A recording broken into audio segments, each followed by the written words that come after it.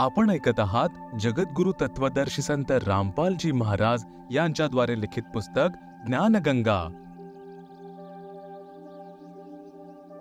श्री देवी महापुराणातून ज्ञान ग्रहण करा। श्री देवी महापुराणातून आंशिक लेख आणि सार विचार। संक्षिप्त श्रीमद देवी भागवत सचित्र मोठा टाइप, केवळ हिंदी। संपादक हनुमान प्रसाद पोद्दार, चिमनलाल गोस्वामी। प्रकाशक गोविंद भवन, कार्यालय, गीता प्रेस, गोरखपुर। श्री जगदंबिकायै नमः। श्री देवी मद भागवत, तिसरा स्कंद। राजा परीक्षिताने श्री व्यासजी यांना ब्रह्मांडाच्या रचनेविषयी विचारले। श्री व्यासजी म्हणाले की, हे राजन, हाच प्रश्न मी ऋषीवर नारदजी यांना विचारला होता। तेच वर्णन तुम्हाला सांगतो। मी म्हणजे श्री व्यासजी यांनी नारदजींना विचारले, एका ब्रह्मांडाचे रचनाकार कोण आहेत? कोणी श्री शंकर भगवान यांना याचे रचनाकार मानतात, तर काही श्री विष्णूजींना आणि काही श्री ब्रह्माजींना। तसेच बरेच आचार्य भवानी देवीला सर्व मनोरथ पूर्ण करणारी आहे असे सांगतात। ती आदिमाया महाशक्ती आहे। तसेच परमपुरुषासोबत राहून कार्य संपादन करणारी प्रकृती आहे। ब्रह्मसोबत तिचा अभेद्य संबंध आहे। पृष्ठ 114। नारदजी म्हणाले, व्यासजी, प्राचीन काळाची घटना आहे। हीच शंका माझ्या हृदयामध्ये देखील उत्पन्न झाली होती। तेव्हा मी माझे पिता असीमित तेजस्वी ब्रह्माजी यांच्या स्थानी गेलो आणि आता तुम्ही ज्या विषयी मला विचारत आहात त्याच विषयी मी विचारले। मी म्हणालो, पिताजी, हे संपूर्ण ब्रह्मांड कोठून उत्पन्न झाले? याची रचना आपण केली आहे वा श्री विष्णूजी यांनी वा श्री शंकरजी यांनी? कृपया सत्य तेच सांगावे। ब्रह्माजी म्हणाले, पृष्ठ 115 ते 120, तसेच 123, 125, 128, 129। बेटा, मी या प्रश्नाचे काय उत्तर देऊ? हा प्रश्न मोठा जटिल आहे। पूर्व काळामध्ये सर्वत्र पाणीच पाणी होते। तेव्हा कमळातून माझी उत्पत्ती झाली। मी कमळकर्णिकेवर बसून विचार करू लागलो, मी या विशाल जलामध्ये कसा उत्पन्न झालो? कोण माझा रक्षक आहे? कमळाच्या देठाला पकडून मी पाण्यामध्ये उतरलो। तेथे मला शेषशायी भगवान विष्णू यांचे दर्शन झाले। ते योग निद्रेच्या वशीभूत होऊन गाढ निद्रेमध्ये झोपलेले होते। इतक्यातच भगवती योग निद्रेची आठवण आली। मी त्यांचे स्तवन केले। तेव्हा कल्याणमयी भगवती श्री विष्णू यांच्या विग्रहातून निघत अचिंत्य रूप धारण करून आकाशामध्ये विराजमान झाली। दिव्य आभूषणे तिची शोभा वाढवत होती। जेव्हा योगनिद्रा भगवान विष्णू यांच्या शरीरातून विलग होऊन आकाशात विराजत होती, तेव्हा श्री हरी त्वरित उठून बसले। आता तेथे मी व भगवान विष्णू दोघे होतो। तेथेच रुद्र देखील प्रकट झाले। आम्हा तिघांना देवी म्हणाले की, ब्रह्मा, विष्णू आणि महेश्वर, तुम्ही चांगल्या प्रकारे सावध होऊन आपापल्या कार्यामध्ये संलग्न व्हा। सृष्टी, स्थिती आणि संहार ही तुमची कार्य आहेत। एवढ्यात एक सुंदर विमान आकाशातून उतरले। तेव्हा त्या देवीने आम्हाला आज्ञा दिली, देवतांनो, निर्भीडपणे इच्छापूर्वक या विमानामध्ये प्रवेश करा। ब्रह्मा, विष्णू आणि रुद्र, मी आज तुम्हाला एक अद्भुत दृश्य दाखविते। आम्हा तीनही देवतांना त्यामध्ये बसलेले पाहून देवीने आपल्या सामर्थ्याने विमान आकाशात उडवले। एवढ्यात आमचे विमान गतिमान झाले आणि दिव्य धाम ब्रह्मलोकामध्ये जाऊन पोहोचले। तेथे आणखी एक ब्रह्मा विराजमान होते। त्यांना पाहून भगवान शंकर आणि विष्णू यांना आश्चर्य वाटले। भगवान शंकर आणि विष्णूंनी मला विचारले, चतुरानन, हे अविनाशी ब्रह्मा कोण आहेत? मी उत्तर दिले, मला काहीच माहित नाही। सृष्टीचे अधिष्ठाता हे कोण आहेत? भगवान, मी कोण आहे आणि आपला उद्देश काय आहे? या गोंधळात माझे मन चक्रावले आहे। एवढ्यातच मनासमान तीव्र गतीने ते विमान त्वरित तेथून निघाले आणि कैलास पर्वताच्या सुरम्य शिखरावर जाऊन पोहोचले। तेथे विमान पोहोचताच एका भव्य भवनातून त्रिनेत्रधारी भगवान शंकर बाहेर आले। ते नंदी वृषभावर बसले होते। क्षणभरानंतर ते विमान त्या शिखरावरूनही वाऱ्यासमान वेगाने उडाले आणि वैकुंठ लोकामध्ये पोहोचले, जेथे भगवती लक्ष्मीचे विलास भवन होते। बेटा नारद, तेथे मी जी संपत्ती पाहिली तिचे वर्णन करणे माझ्यासाठी असंभव आहे। ती उत्तमपुरी पाहून विष्णूचे मन आश्चर्याच्या समुद्रामध्ये गटांगळ्या खाऊ लागले। तेथे कमललोचन श्रीहरी विराजमान होते। त्यांच्या 4 भुजा होत्या। इतक्यात वाऱ्याबरोबर गुजगोष्टी करत ते विमान लगेच उडाले। पुढे अमृतासमान मधुर जलाचा समुद्र लागला। तेथेच एक मनोहर द्वीप होते. त्या द्वीपामध्येच एक मंगलमय मनोहर पलंग ठेवलेला होता.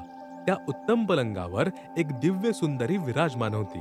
आम्ही आपापसात म्हणू लागलो, ही सुंदरी कोण आहे आणि तिचे नाव काय आहे? आम्ही याविषयी पूर्णतः अनभिज्ञ आहोत. नारद, आम्ही तसेच संदेहग्रस्त होऊन तेथेच थांबून राहिलो. तेव्हा भगवान विष्णूजी यांनी त्या चारुहासिनी भगवतीला पाहून विवेकपूर्वक निश्चय केला की ही भगवती जगदंबिका आहे. तेव्हा ते म्हणाले की ही भगवती आपणा सर्वांची आदिकारण आहे. महाविद्या आणि महामाया ही तिची नावे आहेत. ती पूर्ण प्रकृती आहे. तिलाच विश्वेश्वरी, वेदगर्भा आणि शिवा असे संबोधले जाते. ही तीच दिव्यांगना आहे जिचे प्रलयार्णवामध्ये मला दर्शन झाले होते. त्यावेळी मी बालक रूपामध्ये होतो. मला पाळण्यात घालून ही जोजवत होती. वटवृक्षाच्या पानांवर एक सुदृढ शय्या अंथरलेली होती. त्यावर झोपून मी माझ्या कमळासारख्या तोंडात पायाचा अंगठा चोकत होतो आणि खेळत होतो.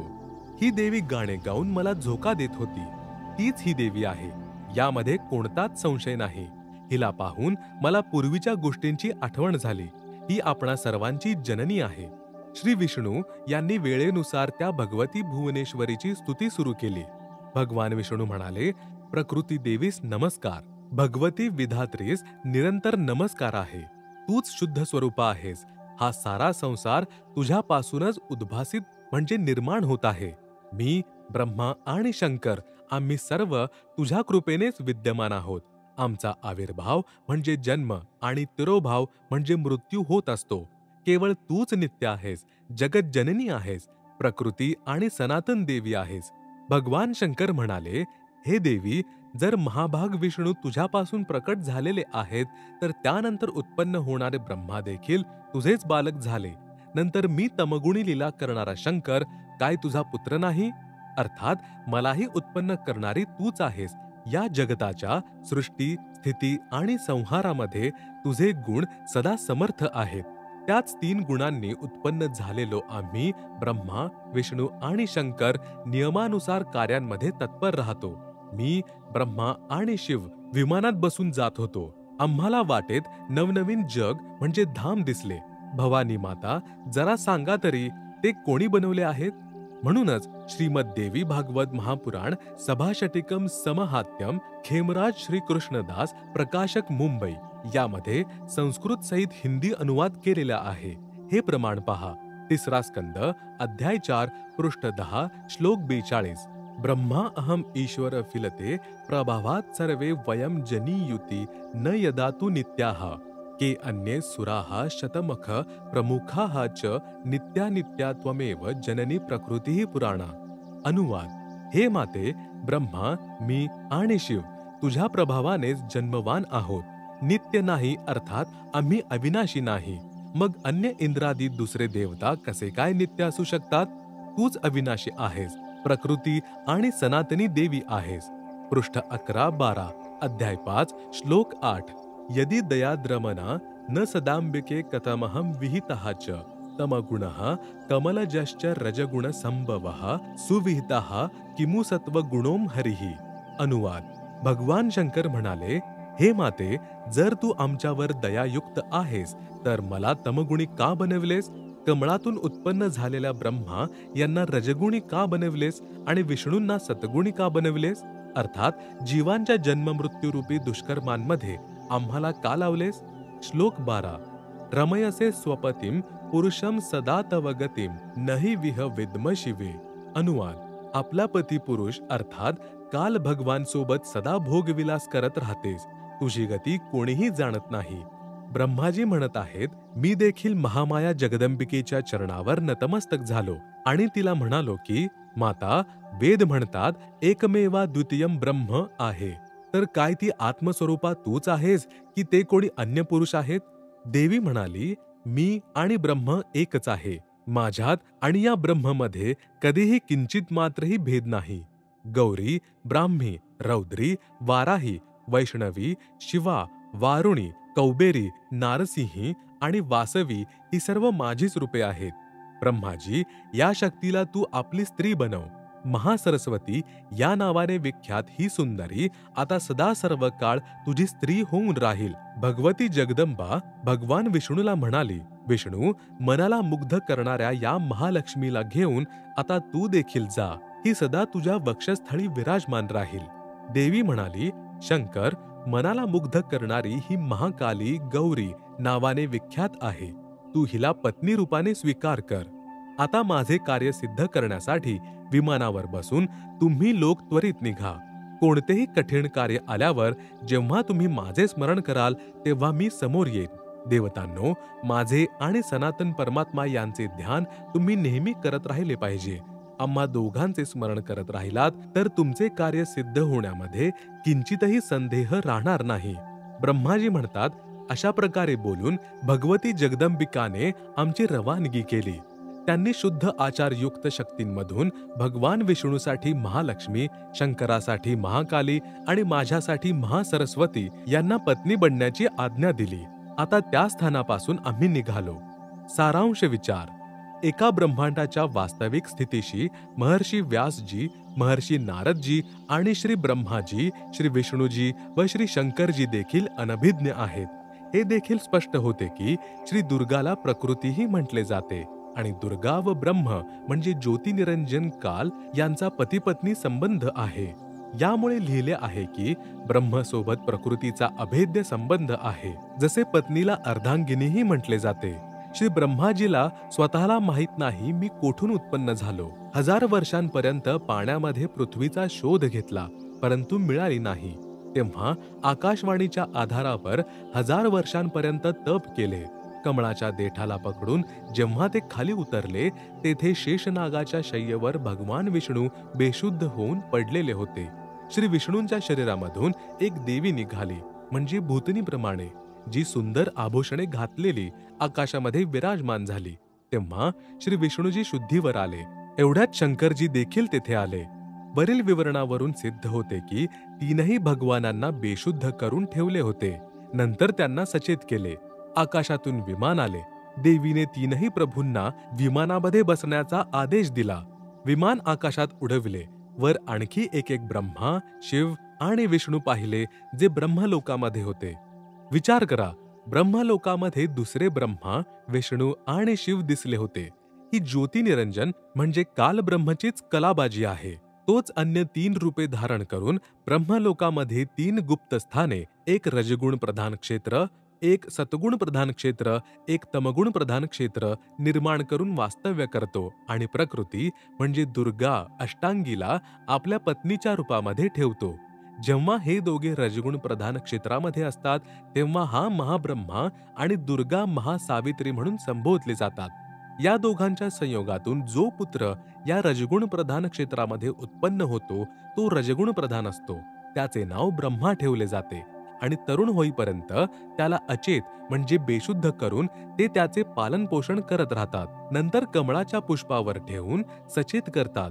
जेव्हा हे दोघे म्हणजे कालब्रह्म आणि दुर्गा महाविष्णू आणि महालक्ष्मीच्या रूपामध्ये सतगुण प्रधान क्षेत्रामध्ये राहतात, तेव्हा दोघांच्या पती पत्नी व्यवहारातून जो पुत्र उत्पन्न होतो तो सतगुण प्रधान असतो.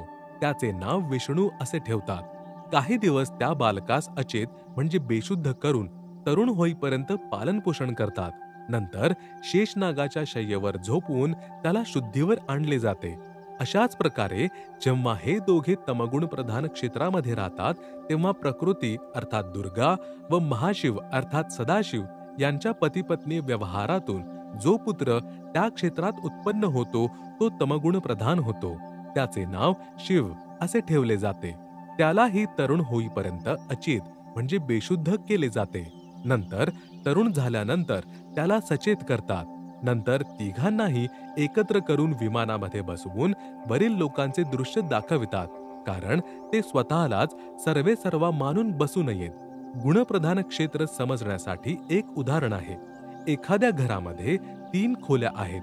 एका खोलीमध्ये देशभक्त शहीदांची चित्रे म्हणजे प्रतिमा लावलेली असतील आणि जेव्हा एखादी व्यक्ती त्या खोलीमध्ये जाते तेव्हा तिचे विचार देखील देशभक्तांसारखे होतात. दुसऱ्या खोलीमध्ये साधू, संत, ऋषी आदींची चित्रे लावलेली असतील तर त्या खोलीमध्ये प्रवेश करताच मन शांत होते आणि प्रभुभक्तीकडे ओढले जाते. तिसऱ्या खोलीमध्ये जर अश्लील अर्धनग्न स्त्री पुरुषांची चित्रे लावलेली असतील तर मनामध्ये घाणेरडे म्हणजे अश्लील विचार घर करू लागतील. अशा प्रकारे वर ब्रह्मलोकामध्ये कालरूपी ब्रह्मने एक एक गुणप्रधान अशी 3 स्थाने बनवलेली आहेत.